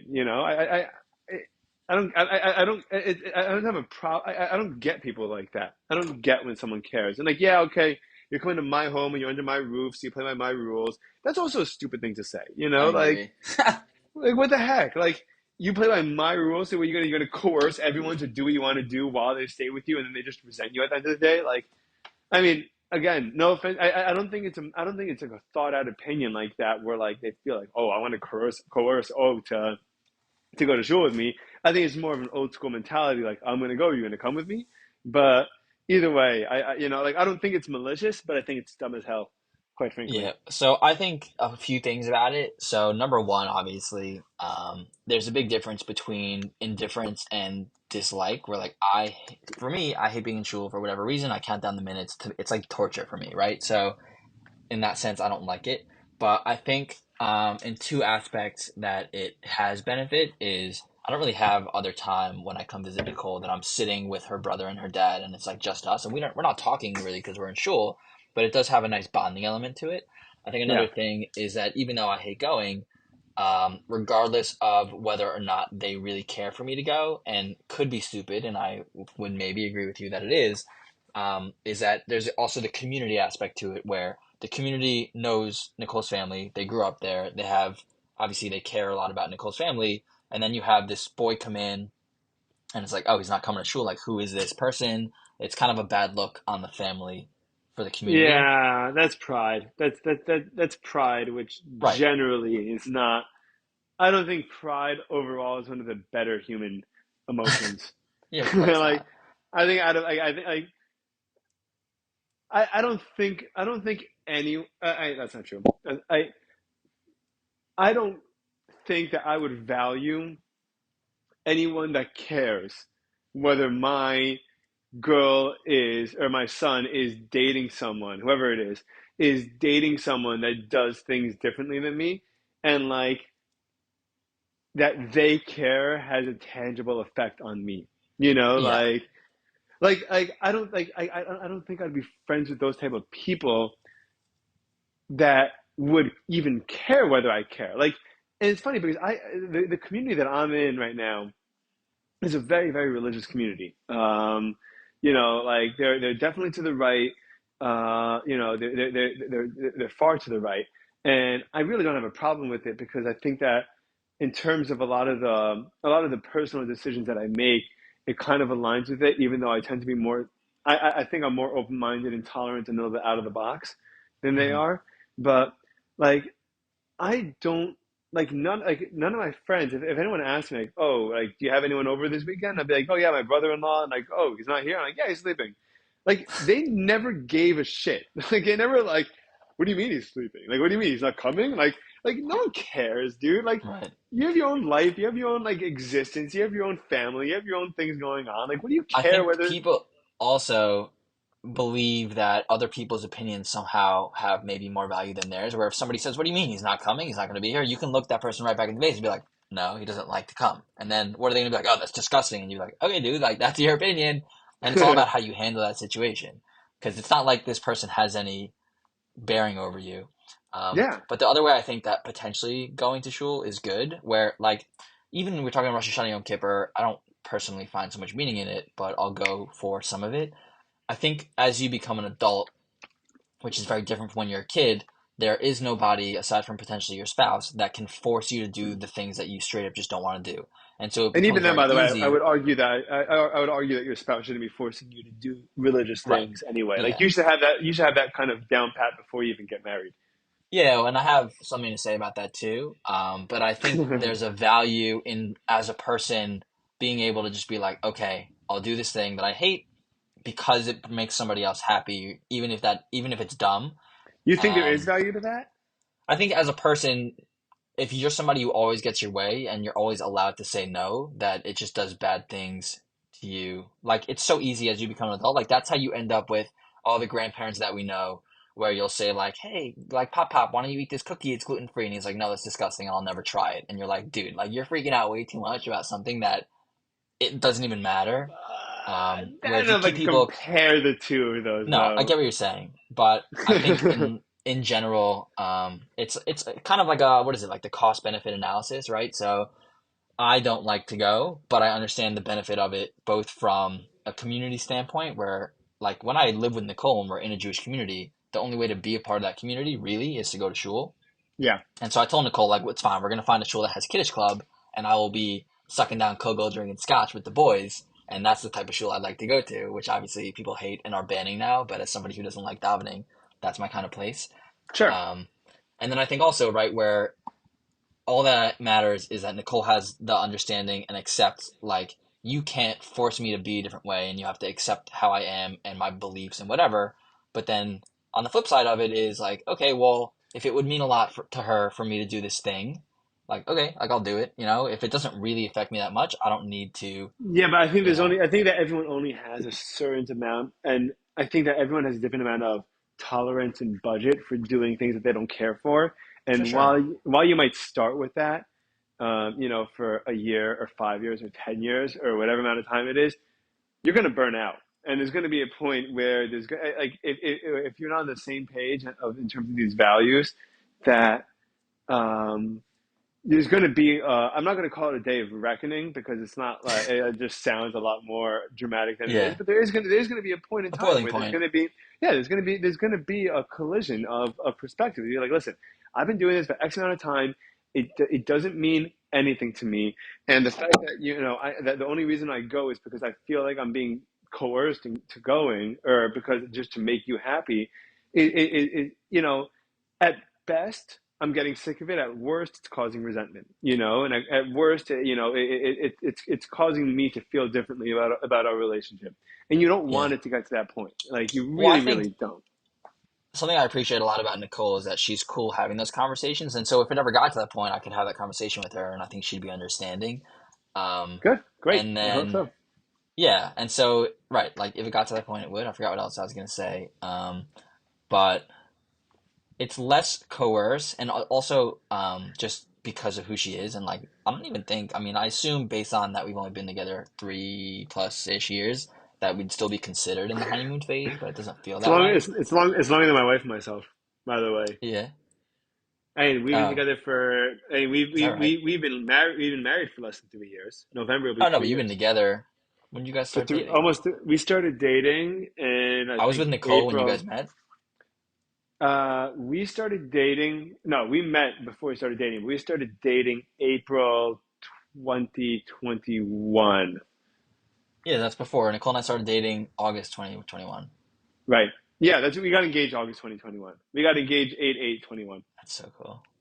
Oh, really? Um, yeah, You got dude. And we got engaged 8 married. 8? And we got married 11/11. Whoa. Because I saw Nicole at the wedding on the 12th. So 4 days after you guys got engaged. Oh, wow, that's interesting. And then Nicole dropped me off at your wedding, which I guess was only 3 months later. She didn't come hang out. She wasn't invited. And I think she was in school. No, she was working. I don't remember. Yeah, she was working at You're urgent care, damn I think. right she was. Just kidding.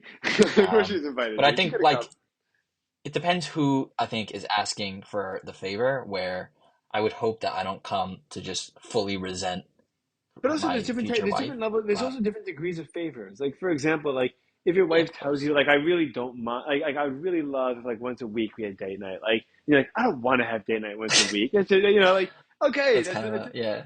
yeah, You should want to have date night, I would think. yeah, and then, and then you're like, well, I want you to be more religious.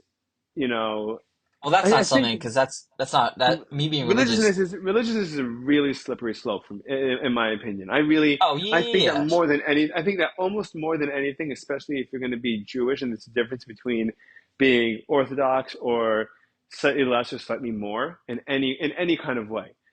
Like just like those degrees of difference are so exaggerated with time and are so emphasized with time that I've like that I believe has to that's a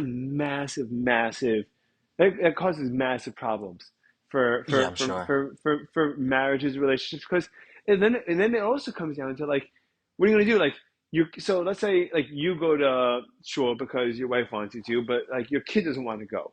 And like you kind of get that your kid doesn't want to go, and your wife kind of wants you to go. So now you feel even more resentful because like, not only my wife is forcing me to go, but like she also feels like she's making my kid go, and like my kids don't want to go. Now she's forcing the whole family to do things that they don't want to do. Like maybe she's the one that's wrong. And like or vice versa. Maybe you don't want to go, and your kid loves it, and you just don't get it. You don't relate to it, and like Right, so you that know, goes both ways, right? Where the same thing with yeah, somebody might shit on your brother-in-law not going to shul, right? So you might reach a point where you say, "Listen, like I know you really want me to go, but opinions have to be weighed based on same thing, cost benefit." And so it's just costing too much emotionally for me to go that I don't think that no, I should well, have to. yeah, but if someone cared whether or not my brother-in-law came, then I would be like, I'm sorry, I don't know what to tell you. Jump in the lake. Like there's Right. very, very, very few people that and I think it's just more of the type of people that I hang out with. Like I tend to lean towards people that are just happy to find something in common with other human beings, and then if there's something that's not in common, like okay, it's cool too. Like you Yeah, don't well, do what I people do, that's fine. also tend to care less about things that they think they might care a lot about. So, first of all, even if you get married to somebody and you're exactly the same religiously, you might drift apart. If you get married and you're different, you might drift farther apart, you might get closer together. But then also, I know of, and you have to be a type of person where you accept that even though you're together, that person that you're with has individuality and still developing as an individual for the rest of their lives. So, we have a family friend who, um, the wife is more religious and the guy is not. And so she said, like, it is hard to be a part of a community if you don't go to shul, right? So she said, like, dude, like, you do your thing. All I ask is that once a month you go to shul. And, like, what you do in shul doesn't But matter. It's once a just that you month is show very up. reasonable. Once a month is Right, very reasonable, exactly. and also not caring what they do while they're there is also extremely reasonable. Exactly. And so that's where basically Nicole can ask me to do things that have an effect on her, but you can't ask somebody else to be more religious because it's like asking me to be best friends with your friend's husband. It's like I'll be nice when like they're around, but I'm not going to go hit them up just because it makes you happy because that has nothing to do with you. Um, And so it's just, Dude, I guess, Rocco has so many friends who I have nothing. I can't talk to their husbands if my life depended on that it, dude. sucks. That's so tough. Yeah. Right, because then she's like if you say I'm never going to school and whatever, it's the same thing. It's like she wants to hang out with their friend, and it's much easier for her to make Right, but I'll plans to never. go hang out with that friend. I'm not gonna say never, but I don't usually say no to doing it because I think that she respects my lack of interest, and I respect that when she does ask me, it's generally because like she's taken into consideration. Listen, I know he doesn't like him, but Hmm. you know, but I haven't seen my friend in a long time. I'd love to hang out with them, and like I've got to be fair about that too. You know? Yeah, and I think for a parent and a spouse, like the number one thing when you ask somebody to do something, it can't just be because I said so. Like that's the worst, right? So Oh my if she says God, like I screw that. understand, like she's not telling you to do it because she's your wife and you have to do what I say. It's like I'm asking you to. We're partners. I know it's hard for you. Like, and you can clearly say no, and so you feel in saying yes that you had a decision, and you right, like you feel like she appreciates it. Where if there was zero appreciation and she felt like it was deserved, you'd be much less likely to be like, yeah, all right, I'll do it. Yeah, totally, totally, totally. It's important. It's all these things are really important to think about because all the people in general, but all this stuff is so nuanced and it's so complicated, dude. And you Yeah. also have to figure like different people care about different things to different extents, you know, and like you gotta kind of like pick your poison in terms of what you're able to deal with, you know. Yeah. You know what's cool but also sucks is anytime you have to um what's it called? Acknowledge or revisit how you were in the past. Yeah. And how it should be is that the past you makes you cringe always, right? But it's just it sucks looking back. Like you'll be like, let's say on a toilet or in the shower or just laying there one night and think back to like something you did or something you said or just a way you handled something and be like you can never take it back. You can only do better next time, but it just like stings. You're like, oh God, you know? And that's just, I guess, always what life is, where you look back and you're like, ah, let's not do that again. Yeah, I think having those moments is probably more beneficial than not. Like I think that if you have those moments and and like those drive you, you're probably going to end up being usually a little bit more of a considerate or better person. Like my life is filled with moments where I'm like, dude, what? Like, what are you doing? Like, why'd you do that? You know, like, and and and like, yeah, like. I mean, and even though it kind of sucks to like know that I kind of lived through that or did that, Yeah. um, I think it's important to it's a good way of I'm not gonna say gauging, but it keeps you in check, you know, like you don't want to be. I think that these emotions of embarrassment and these emotions of guilt and these emotions, like they don't exist for nothing, you know, Right. and sometimes they're healthy and sometimes they're not, and sometimes they're better and sometimes they're worse. But they often keep us in check in a way that I think is really, really, really important. I'm curious, you know, I guess guilt and shame kind of come from a social context where it's you want to be accepted tribally, and you know you want to be accepted like really you want to be just like you don't want to be someone that's rejected by by the people around you. So even though you feel like you might be different, like the feeling of being accepted is more important. um in certain ways it's good, in certain ways it's bad. I think actually one of my least favorite things is religious guilt. That drives me crazy. Yeah, Like same. dude, I hate when people are religious are religious because they feel guilty. Like Well, that's either for most people, I think. you think most people? Maybe I don't know. I think that a I don't lot of know. I people have a lot of either. people that say they want to do things this way or that way, and I'm like, do you know why you're doing it? Do you know why you're asking me to do things this way? Like, if you don't know Well, the why you're what? doing it, what are you No, doing? well, that's not true necessarily. Because I think that for myself, for example, I was never rebellious religiously. Like I just never felt the need to, right? Like I never felt like I ever wanted to do anything that I wasn't that my parents hadn't raised me by or told me to do, right? Like Hmm. just in general, you know, and like I'm not a rebellious person by nature. Um, like I will do what I feel, and if you don't like it, screw you. But like I'm not a rebellious kind of person where like I'm you know You'll do the against. opposite. You are? I'm saying like you're not rebellious and that you'll do the opposite Yeah, of what yeah, you're but rebellious. so like there were plenty of times in my life where I've engaged in religious activities consistently for an extended period of time, and I've enjoyed it just because I enjoyed it. Like at the end of the day, like religion is generally community based, and generally it's geared towards working on yourself and growth and contributing to a larger sense of community, a larger sense of self, and like generally does well. And like yeah, and then as I became more mature and as I became a little bit more intellectual, a little bit more um, as I evolved, I've come to think about why I'm doing what I'm doing more and added more depth and dimension to my behavior. Hmm. But um, but I wouldn't say that I never, I almost never do anything out of guilt in my life. Um, I really don't. And like, even things that were previously associated with guilt, I've come to find I've come to discover or find intellectual and rational applications where I'm like, I understand why it's not good for me. I might still want it, right? Like you may still want it. So you might want to eat pizza every day of your life or hamburgers every day of your life, but like it's not good for you, so you're not going to do it. Like I've come to that kind of place where I don't really behave in any kind of way out of guilt. I behave out of that. And I think a lot of people they don't even get thoughtful enough to be guilty or not. I think a lot of people just do it because it's just familiar and it's just a pattern and people live by patterns. Hmm. You'll live by, what they're surrounded by. And if you're born into a particular, religious sect, whether you're Jewish or Christian or Muslim or Mormon, if you're more religious or less religious, you're more inclined to stay that way, or like you're Well, inclined to, yeah. if you're one of those people who just does it because you do it and that's how you were raised and you haven't ever asked questions, a few questions is number one, do you believe in God? And number two, could you please call into the show so that we could discuss with you what are you doing in life? Well, they enjoy it because it's a community. And because it's because you Right. because And I guess it doesn't bother it's them community, enough. it's consistent, it's community, it's Right. consistent, and it's familiar.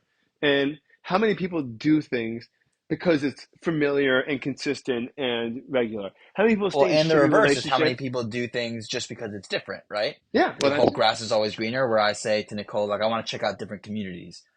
And it's like, but okay, but yeah, why? Right? And I'm like, I don't know. And it's because I want to, like, we could end up back in Europe, but I kind of want to go and see. But a come lot visit of it is Florida, just dude. because, Come visit right. Florida. No, Florida's But disgusting and I swampy and have full to. of mosquitoes. I'm going to go in a couple minutes, but it's actually funny. I was telling my students, and again, I teach at a pretty right, religiously right school, and I was telling them a story because we're talking about relationships, and we're talking about relationships. Um, we're talking about, sorry, if someone does charity, right, but they benefit from the charity, is that really them? Is that better than someone that gives charity without them benefiting from it, right? So let's say, for example, if I give money, if I'm a millionaire and I give 150,000, $250,000, and I get a tax break from it, or if I make $100,000 and I give $10,000, I don't get a tax break, right? Then is one person better off than the other? Right? And then we kind of got into, and I said, and I said, like, and I told these kids, they didn't know how to respond to the story, but I was like, there's a guy, and he was walking the street. Sorry, there's a woman walking the street. She's a pretty woman, and she's in Manhattan. She's walking the street, and the guy stops, in a Rolls Royce. Rolls up to her and goes, "Hey," he shows her his phone. He's like, "Listen," he goes, "You're really beautiful. I really think you're really special." He goes, "I have $5 million in my bank account that I'm ready to give you right now if you go on a date with me tonight. You don't have to sleep with me, just go on a date with me tonight and we'll see where it goes." And she goes, $5 million. She's like, "Yeah." And she goes, "Sure." And then she's about to hop in and he locks the door and she's like, "What?" And he goes, "Actually, I changed my mind. How about $500 or $50?" $50?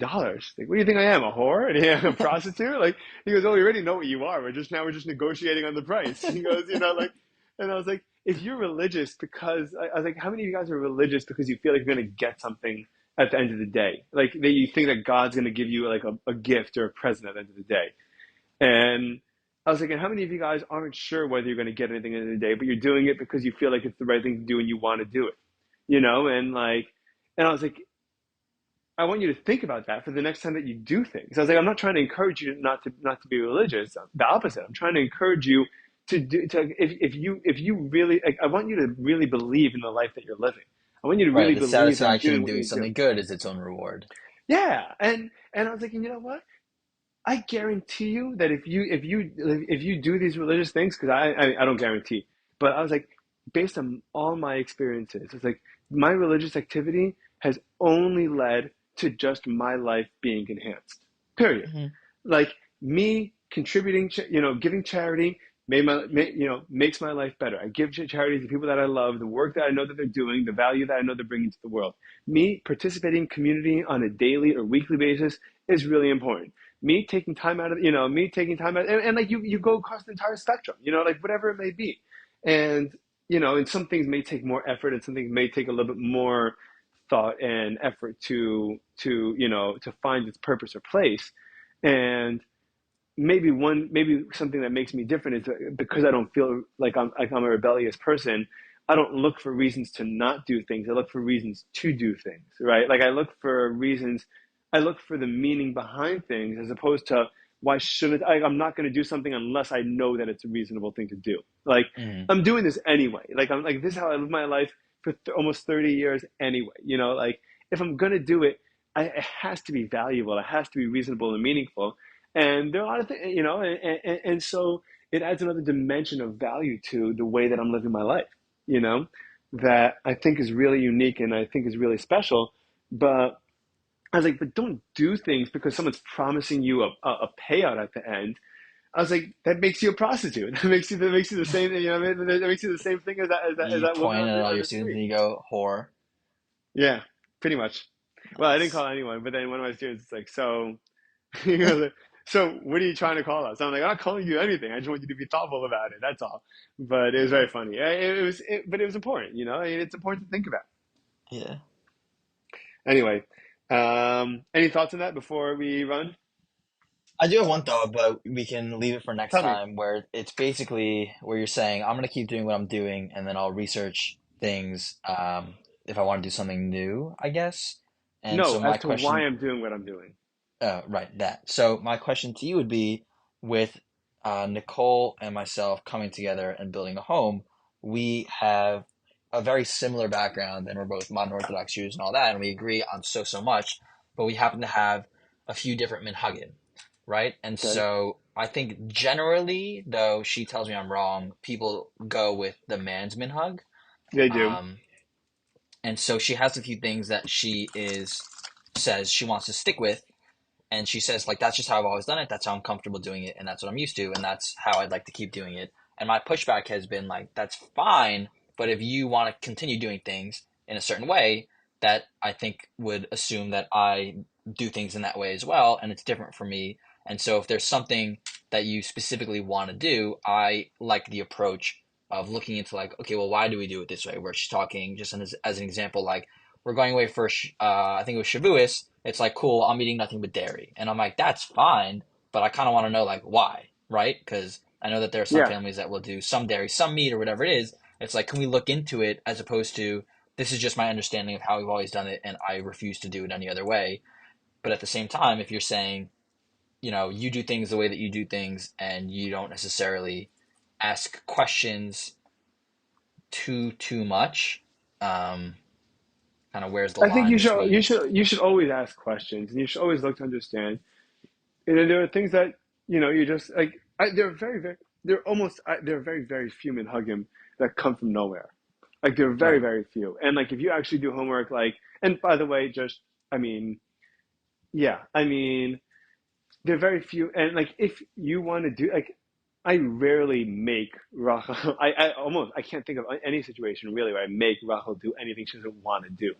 And Mhm. like if she has like, oh, I always did things this way, I'm like, go ahead and do it. Like I don't care. Like it doesn't make a difference to me. I was like, however, Right. when it comes to raising our family, I'll probably, like I'm Right. gonna Well, that's like the thing. teach my kid that. But I think that hey, that's just our. I mean, that's our tradition. That's our, that like that's what we're gonna like. You go by the husband's tradition for the most part, like almost always. And there's certain things that like the husband doesn't like butt into. For example, like if Nicole wants to cover her hair or not, like that's on her. It's not on her. It's not on you. You know, and Yeah. like But I you do can't critique the force whole it to. Shatel thing. You could, and we could get into it. And I think that philosophically, at the end of the day, there's a lot more supporting it than not. And there are plenty of good arguments both No ways, and I'm way. You familiar. walk around town with all the other men I and know, I know, I and then know. you But come everyone home and you knows. take But off your people know. Shatel to your But like, people know. But people know that you're not wearing your real hair, and people know that your hair is fake, and that's what's important. Like people yeah, my know that rebuttal there's to that something. would be fake boobs. Like there are tons of guys who know and they still don't care. Yeah, sure, it's true. But for the sake of your relationship, it does make a difference. Meaning, I don't care. Like, it's not about what other people think. It's about what you think. It's I about. It's think not about yes what. and It's no. about. It's about what other. When it comes to, for example, when it comes to the idea of the notion of tznius, of being modest, is not just being modest. It's about the fact that not everything is for everyone to experience all the time. Right. And yeah, there's nothing wrong with you putting yourself together despite that. And when you say Right. modest, people assume like you have to look like a piece of shit, you know, and you and Yeah. you and you don't. You're like, Like here's my and then wife, the potato. yeah, exactly. Like you don't need that, but you do have to know that like here's my wife, and there's certain things that are going to be off limits, physically, emotionally, whatever it is, to Right. you that is only special for us, and that is only going to be that's only going to be for us. And hair in particular, for guys and girls, I think Right. universally is indicative of personality. People take their hair and people will shape their hair based on You know, how they personality, feel. Yeah, fertility, youth. whatever it is. Like There's a yeah. lot of it. There's a lot of it. And at the end of the day, whatever someone chooses to do is whatever they choose to do. I don't really care. Of course. But the notion but I do think that there's a tremendous value in saying that there's something special about our relationship that's only going to remain between the two of us, that's not available to the outside world. And even though I'll be put together, and even though I'll look good, and even though and even though I'm not going to look like a potato in public, like you're still not going to know what my hair looks like now. Like you're not going to know because again, hair is, and that's why there's actually, there's the Jewish ideal of an upsharen or cutting your hair when you're 3 years old, Uh and the philosophy behind it is that a kid before the age of 3 isn't really ready to mold yet. He's kind of growing into his own personality, and so you kind of let him like go out, be crazy by himself, and then figure it out. And then when he's 3 and he starts being capable of learning, then or figuring things out himself and being able to mold, that's when you start taking his hair and molding it. That's when you start taking his personality and start shaping it. But you have to have some kind of root, some kind of human being to yeah, but it's mold not to like your begin three with. year old's picking his haircut anyway. No, you're picking it. That's the point. But a 3-year-old's growing their hair out to become themselves. Like they're like it's indicative That of makes no development of sense. personality. You don't think so? You're saying that you don't It's pick a metaphorical. haircut for your 0 to 3 year old because you have to let them develop You as know? an individual, but then as soon as they turn 3 and become an individual, you decide No, what you haircut they no. get When they're anyway. 3, no. When you're 3, you start being able to mold the person that they're going to be. But my kid is running around right now, and he's got crazy hair, and it's all over the place, and it's down Yeah, to his so then why does shoulders, it and people matter can't if you tell cut whether they his want to hair grow. before? Yeah, Because it doesn't make because it's a metaphor to my ability to his ability to learn as opposed to his ability to work into becoming himself. And that's why like, when people became long haired and like you have hippies and like that kind of group, they became long haired people because they were trying to show something different from the rest of society. Like being a hippie meant that right. it meant that growing out your hair to show that you're not establishment, that you're not gonna just look like everyone else. That you're going, and then everyone started growing their hair to show that they're going to be part of this group. It's indicative of something real And it was that's like, unique about yeah, yourself. Totally. Anyway, I got to that's run. yeah, like in every culture, yeah, Yeah, all it is. good. In all the cultures, but I got to run for now, dude. Thank you so much for doing this so last minute. This is so much fun. I really appreciate it. Um, Yes, sir. As my and sign off, I'd like to give a shout out to Yosef Cerquez and his nephew Biscuit. oh, dude, I was wondering whose dog that was. That was his dog? Yeah. Well, it's his sister's dog, but he's the best dog. No, it's a wonderful dog. Yes, it looks beautiful. I'm gonna post a picture Well, for this yeah, he would for be the a podcast groomsman, in the but show notes captions. Yes. All right, dude. I'll Sick. catch you later, dude. Thanks so much for doing this. All right, take care. Yeah, Bye, thanks, everyone. dude.